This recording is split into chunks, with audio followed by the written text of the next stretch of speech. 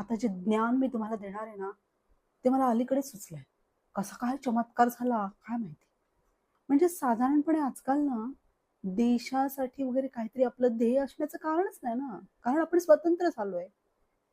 पण हळू ना, आपण एका दुसऱ्याच पारतंत्र्यात अडकायला लागलो. खरेदीच्या. आला सण की करा खरेदी. आला समारंभ करा वारेमाप खर्च. पण म्हटलं नाही. आता सावध. आता आहे त्याच गोष्टी आधी वापरायच्या. कोणतीही वस्तू विकत घेताना 10 वेळा विचार करायचा, की खरंच ह्याची गरज आहे का?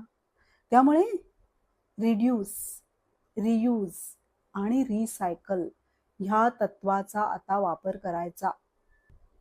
त्यामुळे आज 15 ऑगस्टच्या दिवशी ठरवलंय, खरेदीच्या या मोहापासून स्वतःला स्वतंत्र करायचं.